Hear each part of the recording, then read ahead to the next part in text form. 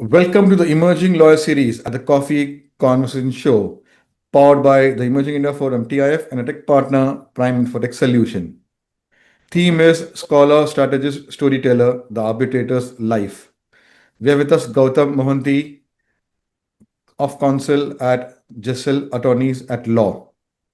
With an enviable career that spanned roles as an off counsel at GESSEL, a PhD candidate at Kozminski University, co-founder of the Arbitration Workshop, Gautam embodies the fusion of academic depth and professional prowess. From navigating high-stake international disputes to shaping the discourse around third-party funding in ISDs, his journey is as intellectually charged as it is globally impactful. Tune is as we explore the mind and motivation of this remarkable emerging legal voice. So, welcome, Gautam, to this coffee conversation. Thank you, sir, for the invite. Very, very happy to be here. Wow. So, let me explain you. There will be three rounds: the professional, personal, and a rapid fire. That is, you will be in the hot seat and it will be Okay. witty, fun, quick. And here's the Yeah, okay. inspiration legal AI 101 because everywhere the AI is being talked about. Okay. Yeah, understood. So, friends, I'm Lion Amir Virani, host of Coffee Conversation, legal tech evangelist at Prime Infotech Solution, author of 15 books. We help law firms, corporate legal, startup SMEs with world-class technology, software licensing, and tech trading solutions. So, my first question, Gautam, how has the journey shaped up, and what were the key defining moments you had? Yeah. Thank you for the question. I would describe my journey as being non-linear, where I started out with my LLM at CEU Budapest, and before that, I did my LLB from NLU Odisha, and I graduated in 2015, and then went for a year to Mumbai, worked there in a law firm, Ivy Merchant. And that perspective, when I moved out from my bubble in from my law school and close knit of friends to a place called like Mumbai, that was a great and harsh reality check where the world operates very differently, where I found out that the world operates very differently than what I imagined it to be. So that was a first key defining moment, I would say, in my life, where I realized that it's going to be like a fight and I have to be ready for it. So these are things that they don't prepare you in law school. So you get these kind of reality checks when you move out of LLB course and then you go into the real life. So more importantly, I also did my master's from CEU Budapest, where I grew out of the mindset that has been so strongly inculcated into me, that you have to move, that you have to have a vision in front of you and you have to stick to that vision and work towards it, no matter what. I kind of understood the fact that it's important, and this comes because of my interactions with a lot of people during my LLM, that it's okay to have your own journey and it's okay not to compare yourselves with others, because everyone else or everybody is on their own journey, and you just have to just focus on yourself and ensure that you do so you make the most of the opportunities that you get. I also taught at Jindal Law School as a professor, or as assistant professor. In fact, I joined as a teaching assistant, then got promoted to as a professor, assistant professor, where I used to teach drafting, pleadings, and conveyance. So I taught the legal side of it also to students who often asked very difficult questions as to how this operates in real life and how that operates in real life. So that really helped, also shaped my thinking critically. So I started asking like the real questions, and also trying to take away from the fact that I need to simplify a lot of things. So for my clients, for my arguments and stuff. So yeah, and I'm also doing my PhD right now at Kozminski University in Warsaw, Poland. So that also has forced me to think critically. And obviously, my work time with Justice Deepak Verma has also been another key defining moment, where I've worked across jurisdictions to understand how international arbitration works. Yeah, Wow, beautiful. So, yeah, let's dive deep into conversation. You have worked on arbitration across India, UAE, Singapore, Europe. How do yeah. you adapt your legal strategy across jurisdictions? Right. That's a very interesting question. Working across jurisdictions like India, UAE, Singapore, and Europe has taught me that international arbitration may be very international in its outlook, but it is deeply local in its execution. So, what do I mean when I say that? That it's very important to understand the legal or the cultural aspect of international arbitration, as to when you deal with parties who are not from your same jurisdiction, there is a kind of a cultural expectation that is there, and that kind of molds the legal strategy that you have to adapt to in a international arbitration or in any matter, cross-border matter, as a matter of fact. I mean, for like to give you an example, the style of argumentation is very different across jurisdictions. For example, in India, you have the judiciary where the claimants or the parties go into the judiciary quite often for, let's say, or for the enforcement of its orders, or even for the trivialist of issues, they go to the court to appeal certain orders and stuff. In Singapore, it's very difficult. You cannot do that, and the courts will not entertain it. And for like, if I could give you another example, in Europe, in continental Europe, across most countries, they place a lot of emphasis on the submissions that you make, especially the pleadings that you submit. So that's really important in continental Europe. Whereas, as when I compare it with India as such, we place a lot of emphasis, from my own personal experience, I've seen that you place a lot of emphasis on the oral aspect of it, because that's where the arbitrators usually make up their mind as to who wins or loses the case. It's purely out of oral advocacy, I would say. Yeah. Wow. Okay. Next question is a very interesting one. Yeah. Can you walk us through what is investor state disputes case all about? What Yeah. are the preparations you have to do, and how do you navigate? So I'm dividing into two, three parts. Huh? So I'll Yeah. just start Yeah. again. Yeah. What are investor state disputes all about? What Yeah. are the preparations you have to do? How do you navigate it? Hmm. And Hmm. any memorable case you have dealt. Yeah. Okay. Investor states arbitration is very different from international commercial arbitration, because the doctrines are completely different, even though they might be rooted in similar concepts. You have a foreign investor who's trying to bring a case against a state, a host state, on various grounds, such as breach of contract, and which and it emanates from a treaty that has been entered into between the country of the foreign investor and the host state, where the foreign investor makes an investment. So the complexities are very different as compared to international commercial arbitration. Whereas in ISDS, or investor state arbitration, you have to take into consideration the fact that there's a political aspect to it also, and the fact that you're making an argument against a sovereign state.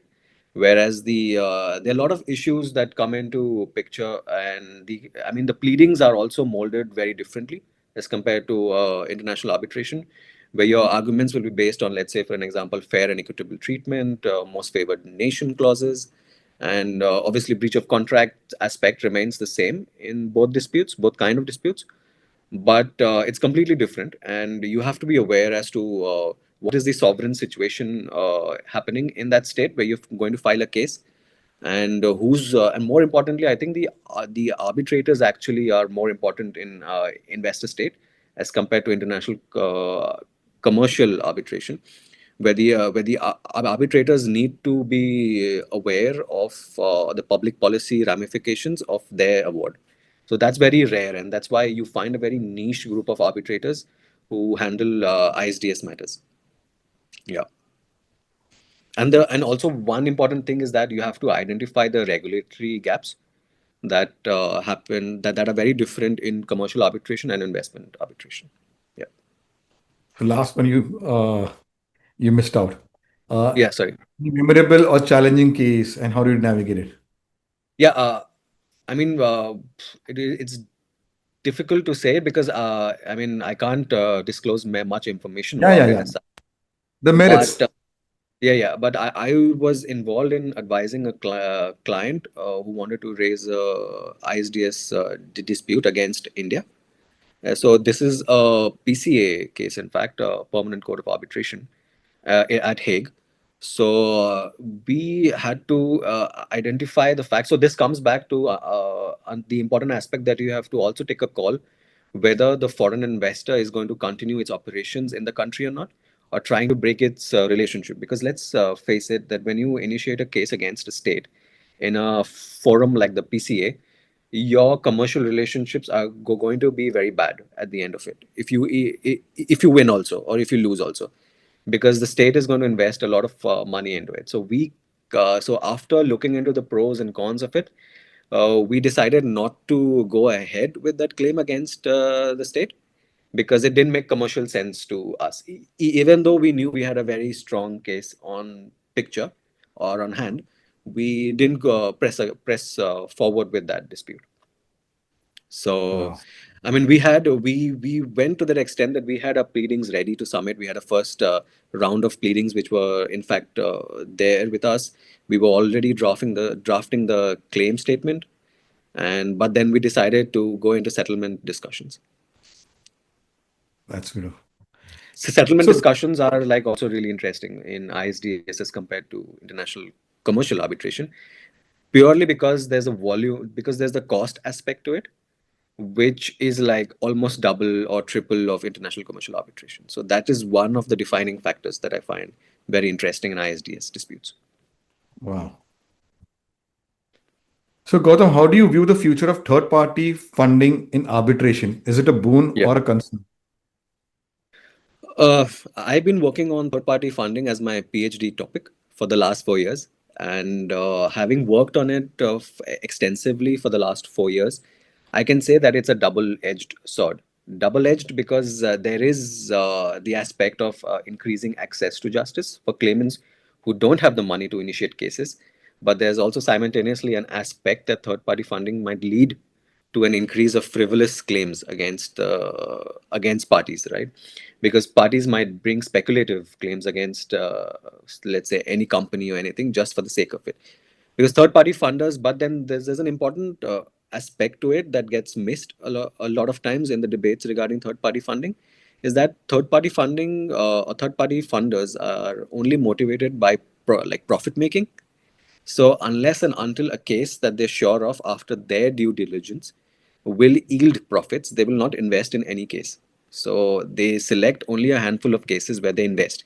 So, the idea that third party funding increases access to justice for everyone is not true, also.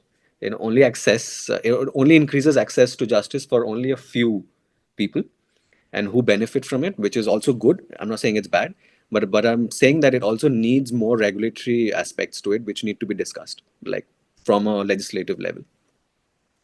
Yes, I'm aware. Because I'm just trying to recollect. I did a coffee con with one of the on arbitration, and he talked Right. about third party, कि भाई, they taken the case and uh, so it gives, what do you say, leverage to that party who's going for the Yeah. arbitration, because his cost and everything are Yeah. being Yeah. funded, and Yeah. there is a security level is there. Yeah. So I let kind of me. understand as to where the criticism for third party funding comes from, because it's also called the gambler's nirvana in international arbitration. Yeah. Yes. Yeah. So let me check in the bank, and I would like to do, what do you say, a panel discussion on this third-party funding, because it will Right. help uh, your companies to go for this route and Yeah. secure Yeah. what they're missing out, and Yeah. not Because in sit down India, to it is buy. still allowed. Yeah.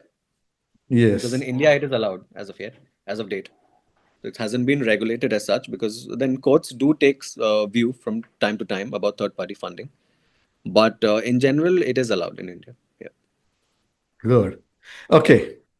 So thank you for leading me. कि भाई, you are among the few lawyers who go for PhD. Like I said Yeah. Yeah. in Yeah. our ice breaking is Right. warm up call, sorry, conversation.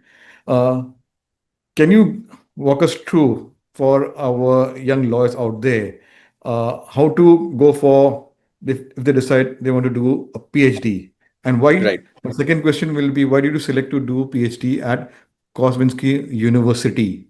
What are the Right. process steps, and Right. uh, how important, as you said, Kibai, a supervisor, a guide is very important in the PhD journey? Right. That's a very difficult question to answer because everyone's journey is very personal. But I'll tell you from my personal experience why I selected Kozminski University.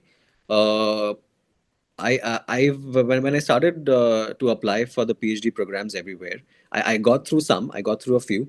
But the main issue that you have to take into consideration while applying for a PhD program is funding.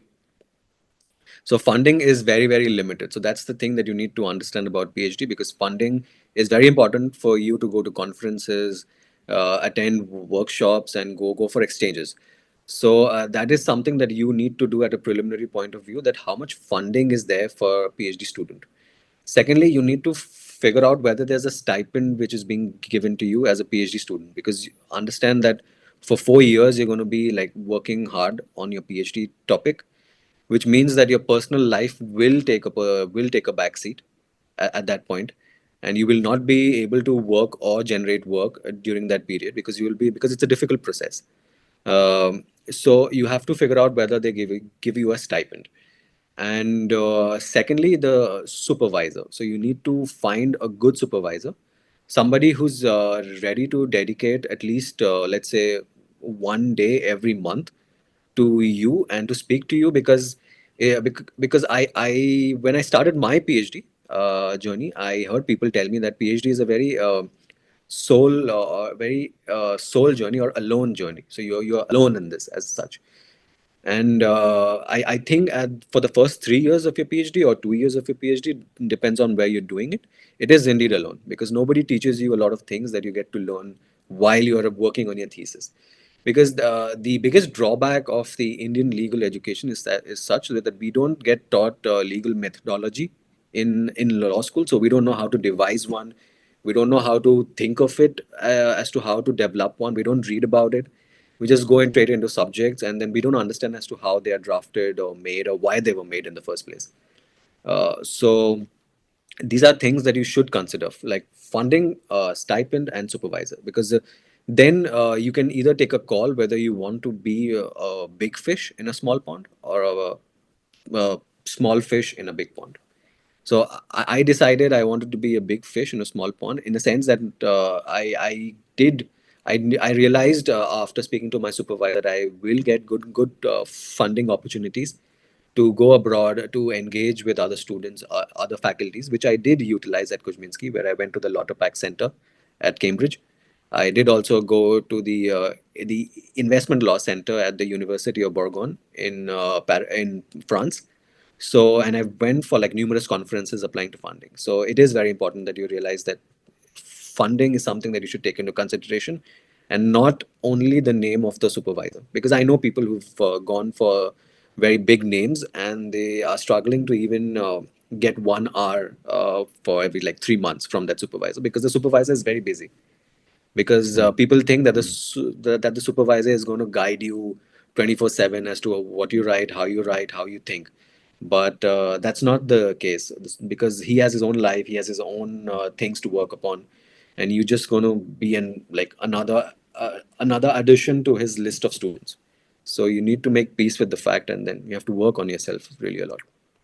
And why I chose Kozminski, because they ticked all the boxes that I just mentioned. I have a great supervisor who's very willing to talk to me, speak to me, explain to me how things work. About funding, about the funding thing, I get a lot of funding from Kozminski, because they try to promote their doctoral school, so it really helps me. I am the biggest benefactor of that. Because I also used to get a stipend, because now I'm in my fifth year of my studies. So you only get a stipend for 4 years in Poland as per law. So it's a legal thing. So yeah. So yeah. That's beautiful. Thank you for sharing your experience, and this will guide all Yeah. those lawyers. Not only Hmm. lawyers, there's a lot of other insights are there. But this process step is applicable everywhere, Yeah. in different ways. But the way to go about, thanks for that. Yeah. Okay. I Yes. think the one important thing that I also didn't mention is that you should not look at the rankings when you do your PhD. If you're looking at the rankings, you will obviously not go beyond 100 or let's say 50 ranks, and then you select a few, and then you apply there. And because competition is already so high, and they have their own networks, they have their own students that they will prefer from their own jurisdiction. So you kind of take it personally when you get like a rejection and say like, okay, maybe I'm not good enough or something. But I would suggest that you're looking at it at the wrong way, and you should be like open-minded at least. Yes. Yeah. Very good. So let's go to yeah, to your days Yeah. as a teaching assistant at Jindal Yeah. Global Law School. How did Yeah. it influence your work as in a practitioner? Yeah, working at Jindal was kind of a big game changer for me, honestly, because I started speaking to students who I realized that I have to explain very complex legal concepts in a very simple way, where they kind of understood. And the most humbling fact about teaching students is the questions that they ask. You generally can't think of all the questions that they will raise because you prepare for it accordingly. Like, what if this question comes from the student? How will I answer and how will I not? But then there are some students who like really bring in like different and fresh perspectives.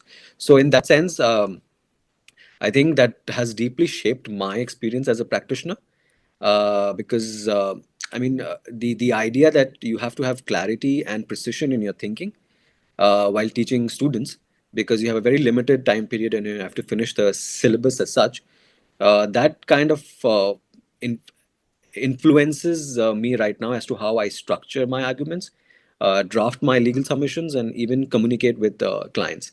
It also, more importantly, also helped me ask better questions. So, That's beautiful. yeah, Okay. So you've worked closely with Honorable Justice Deepak Verma. What are the yeah, key lessons you carry from that time? yeah. If I had to describe Justice Verma in one word, I would say that he's a machine. His work ethic is absolutely amazing. It puts me also to shame, and his work ethic, his dedication to work is something that I really admire. Uh, he also has this clarity somehow. I'm assuming because all Supreme Court judges, it's a thing about them that they have such clarity when they think, when they analyze submissions, and he knows which argument or which pleading to focus on. So that's really remarkable.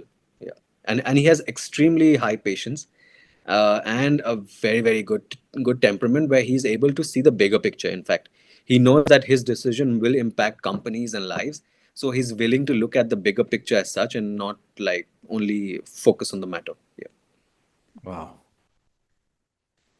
So Gautam, what motivated you to co-found the arbitration workshop, and yeah, what gap were you trying to fill in the legal education system since you were on the other side of yeah, being a teaching assistant, now yeah, leading your own thing of the yeah, arbitration workshop? yeah. It started with the fact that one evening Gaurav and I were sitting and we were trying to work on a paper, and then we started searching for like any article or a blog about it, but we didn't find any. So that kind of pushed us into the aspect as to because we had Kluwer arbitration by then, but then we decided where is the Indian arbitration blog which can deal with Indian issues and Indian contract allied issues. So then we started looking for it. We found a few blogs which dealt with Indian arbitration as such, but they didn't come across as really convincing in the sense that we wanted to focus on arbitration and contract related issues that are involved in arbitration. We also wanted to show like a practical perspective of how arbitration works in real life because we have been tribunal secretaries to both the judges. Gaurav was a tribunal secretary to Justice Patnaik, who was also a Supreme Court judge. So we kind of made our way into international arbitration together, and yeah, so it came out from the thinking that we need to do something about it and to show or to read or to write about how international arbitration works in real life rather than just reading about judgments and theory about it. So Wow. Okay. So Gautam, you write you are off counsel at GESSEL. So for viewers yeah, out there, what does off counsel it means. And Okay. let me complete that two, three questions related to that. And what does a typical work day look for an off counsel? Yeah. So if I had to define off counsel, an off counsel is like a consultant who works on very specific disputes or matters. And as an off counsel at GESSEL in Warsaw, Poland, I work for the arbitration team and disputes team, where I help them draft legal pleadings or do the legal research for them when they need it. And my normal day is very dynamic because no 2 days are very similar. Like one day I would be for one day I would be working on an arbitration in GAFTA, which is the Grain Arbitration Association in the UK. And then the other day I would be working on an ICC arbitration. So there are two different approaches to, and then I have to read a lot because the legal team really relies upon my research because I am the common law consultant in that firm because they are from civil law predominantly. So when they have clients from the UK as such or US or India, then they try to involve me in those matters, and I am the one who advises them on how to go about it. Wow. So, Gautam, you have handled complex commercial disputes. How do Yeah. you approach balancing legal nuance with business strategy? Yeah, I think I've also mentioned this before when we were discussing as to the ISDS dispute and what I've handled it. It all comes down to the fact that you have to understand the practicalities of the dispute. It's very easy to start a dispute, but it's very difficult to finish one or to see through it entirely, because a lot of relationships or commercial relationships do fall apart at the end, and it's very rare that companies or parties continue working together after that. I mean, in India it is predominant, but in Europe it's kind of not a thing. So balancing legal nuance with business strategy is very dynamic, I would say, and I pay very close attention to the disputes that I handle to help them find the middle ground as such, so that we're not really throwing in bald accusations to the other parties, but we are being very courteous and handling the matter with a lot of integrity, I would say. It's very important to be attuned to your clients' commercial objectives, because clients often get clouded with their personal judgments, and they want to break all hell loose for the other party. But you have to, at that time, kind of like make them sit and understand what are the legal outcomes, what are the cost implications of this, what will be the implications on the business, because that's something that's really important, and I also try to do that with all my clients. But this is not something that you learn from books, but this is like real world practice. Yeah. Wow. I So, my worked on a tech licensing. I worked on a tech licensing dispute where this issue arose, where the client was in negotiating a much larger supply contract chain agreement with the same counterparty. So we started with the fact that we wanted to. We had a very good case on hand, but we didn't go through with it because we wanted to preserve goodwill with the other counterparty. wow, So we kind of found a settlement at the end. So it worked out well for other parties. that's And now beautiful. that client has now five different contracts with the same counterparty. So everybody's That- happy. Wow. So, my last question, what's your Mhm. take on the evolving role of young lawyers in shaping transactional arbitration practice? Yeah. For the sake of it, I would say I am also young because I'm only 32. But if for the lawyers that are younger to me, I would say it's a great opportunity for them to experience transnational matters and understand how arbitration works transnationally. Because you have many law firms in India right now that handle transnational arbitration. It's purely because India is booming as an arbitration jurisdiction. You have so many matters that are coming which involve foreign companies. I think each student, in fact, or each young lawyer should at least dedicate some time to arbitration matters, like which involve transnational parties. And it's very good to see that people are also writing more about international arbitration from an international perspective, Mhm. like ESG disputes in India, for example, or what are the transparency or the conflict of law initiatives that can be taken up by India. I was very very happy to see that people, like really young people, engaging with the arbitration law. I mean, we have this law commission who wanted to amend the Indian Arbitration Act. So I saw a plethora of comments on them by young lawyers on LinkedIn, from India especially, and that kind of like filled me with happiness that people are like now engaging more and more with international arbitration. Wow, beautiful. Yeah, So let's go to the next round and understand Gautam as a person. Tell us yeah, about your family and your formative years. yeah. So, by way of my background, my father is a veterinarian doctor. My grandfather is also a veterinarian doctor. My mom is a housemaker, and my sister used to be a banker, but now she teaches financial literacy to young students in Odisha. Mhm. So I grew up in Bhubaneswar. I did my high school and primary school studies there in Bhubaneswar. Then I did my LLB from National Law University, Odisha. And at that time, they used to have a separate exam for NLU Odisha. So it was like ages back. Now you have everything under CLAT, though, the Mhm. CLAT exam. So yeah, so I used to do it back then. So I did my LLB from National Law University, Odisha. Then I did my LLM from CU Budapest, which I highly recommend because you rarely get any other university which gives you funding. So if you've spoken to me for this long, you would realize how keen I am on funding and Yeah, financial. yeah, I can understand. So that is because that is very important because I don't because I come from a Yes. proper middle class family where we don't because every big expense is like a loan for you from the bank. So funding becomes very important. So That's very true. Okay. So what's one memory from your school or college days that still yeah. makes you laugh?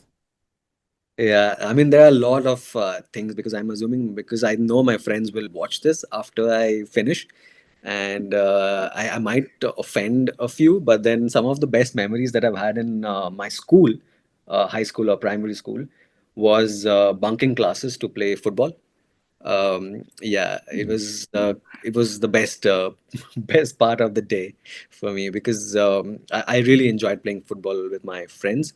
At and then like coming to university, the best part was the fact that I used to be a backbencher in law school, so it was a whole different adventure for me once I came to because I had to stay in a boys' hostel for the first time. With so we kind of I kind of literally grew up with my law school mates that so we kind of grew up together and it was a lot of fun where we kind of like the chaos that we did like after hours from like the harmless pranks to the late night debates about everything except studies, those moments like really stick with me. And there was this where this these facts where we used to sit in the last bench and talk about football teams and talk about our weekend plans, and yeah, that was great fun. So I vividly remember them and I'm very happy whenever I remember them. Wow. So from Bhubaneswar to Warsaw, what's Yeah. one thing about home you always carry with you? One thing that if I had to put a name to it that I carry with myself everywhere is that I'm extremely grounded, that I understand the world works in a certain way and just have to agree to it. You can't really hold a grudge against anybody. You shouldn't feel bad about certain things which are beyond your control. Like you can always give your best to what you have in front of you, and that's it, and that's about it. And that's what I learned from from my hometown, Bhubaneswar, because it's a city that has taught me like resilience and the ability that life moves at its own pace and you just have to go along with it, and that's what I really carry with myself everywhere. Wow. So I'm now taking you into your travel mode. If someone Yeah, wants to visit Bhubaneswar, yeah, what are the places to visit and what are the food and where to have the food? yeah. So you when you come to Bhubaneswar, you should go to the Dhaulagiri mountain or the hill, which is like it's like a Buddha stupa. So you should go there. It's like a beautiful building, and you can get the panoramic view of Bhubaneswar from there. It's really good, and it's a really holy place for Gautam Buddha also, which the Lord Ashoka, like the King Ashoka built after its war with the Kalinga Empire. So that's really historical and really nice. You have these caves also, which have prescriptions from like really old, which are worth seeing. These are called, I think, Udaygiri caves. Yeah, and 2 hours away you have Lord Jagannath at Puri, where you have the beach, and you can obviously take a cab and just go there, and that's also really pretty. There are a lot of things that you can do. Like there's also Cuttack, where I was born, which is like half an hour away by cab, where the food is great in Cuttack, but it's also there in Bhubaneswar, because there, if you have to eat like proper authentic food, you should go to the place called Dalma.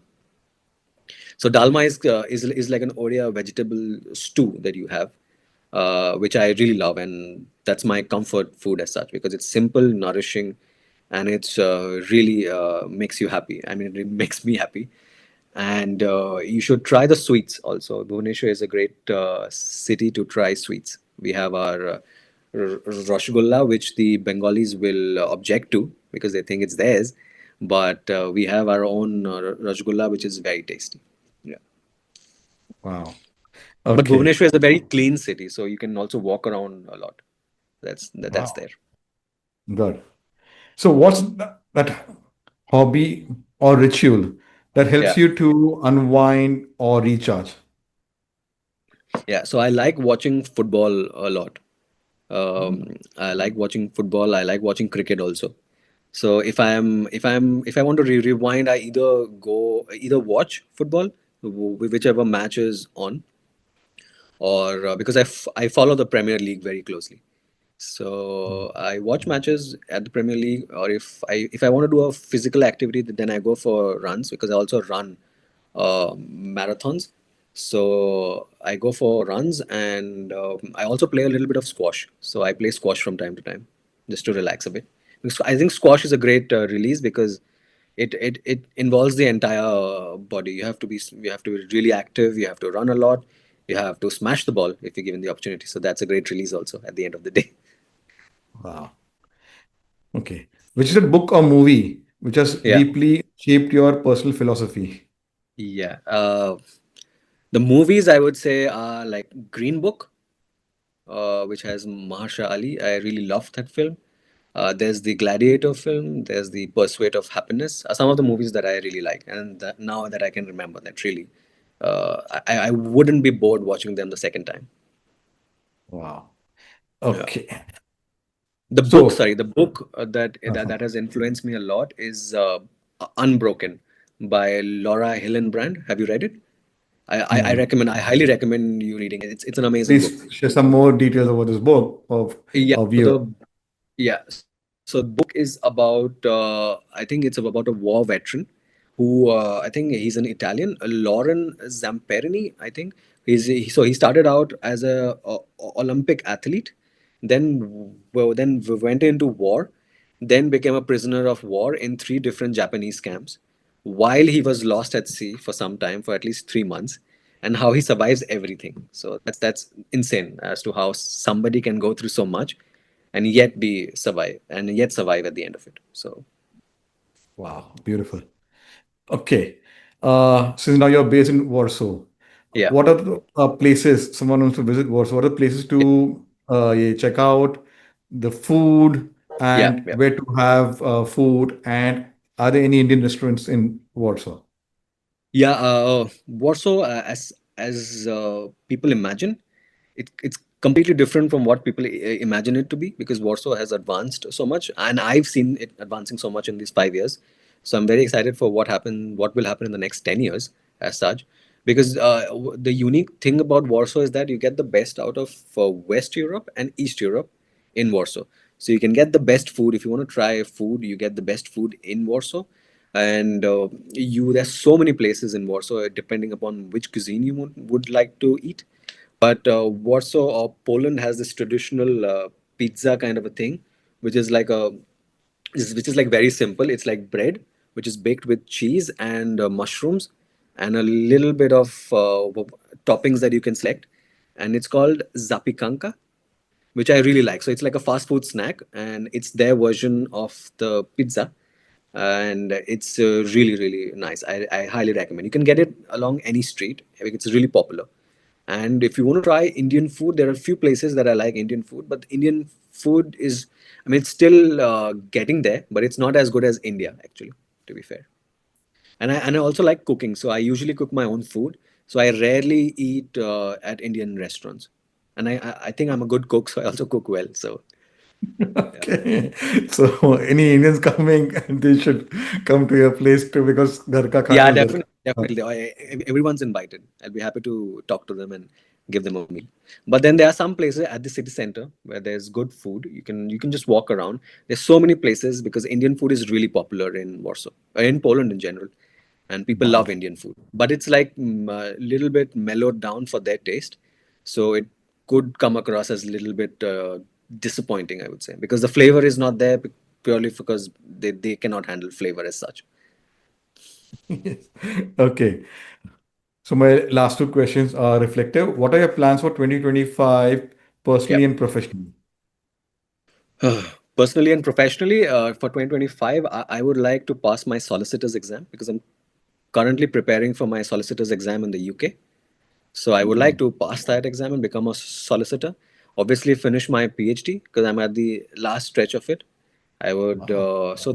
those are the two big plans that I have That's for this year. beautiful. Yeah. Okay. So my last one is googly one. Describe Gautam in one line. I would describe myself as being very adaptable. I'm because of the fact I like to believe that I'm really open-minded in the sense that I can adapt to any situation in front of me without any complaints, and I like to look at life with a positive attitude. That I like to take like positive lessons from each and every aspect of my life or interaction as such. I usually don't think about what people say or what people do. Uh, I just mind my own business and just keep doing what I do best. Wow. So let's put in the hot seat, the rapid Yep, fire round. yep. Your go-to comfort food. Dalma, which I just described. Yeah. Okay. So favorite food dish from your hometown, Cuttack. My hometown is Bhubaneswar, but I was born in Qatar. But my favorite hometown food is my mom's prawn curry. Wow. Yeah. So My your mom favorite would be color? so happy.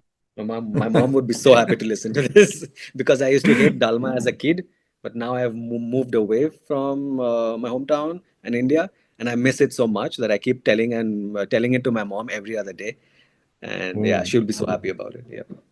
wow. Your favorite color? Blue. Best piece of advice received? Uh, don't think about anybody else. Only think about yourself, and only listen to yourself, and be your biggest critic. Don't let Wow. anybody else critique get to you, but be your biggest critic. And this advice came from Justice Verma. So he was Wow. the one who said, "Be your biggest critic." Beautiful. One word to describe arbitration. Expensive. Indian law or international law? International law. Legal research or legal drafting? Legal drafting. That's fun. A mantra you live by? Be grounded. Be grounded. Your, Don't fly too high. your favorite football player? Cristiano Ronaldo.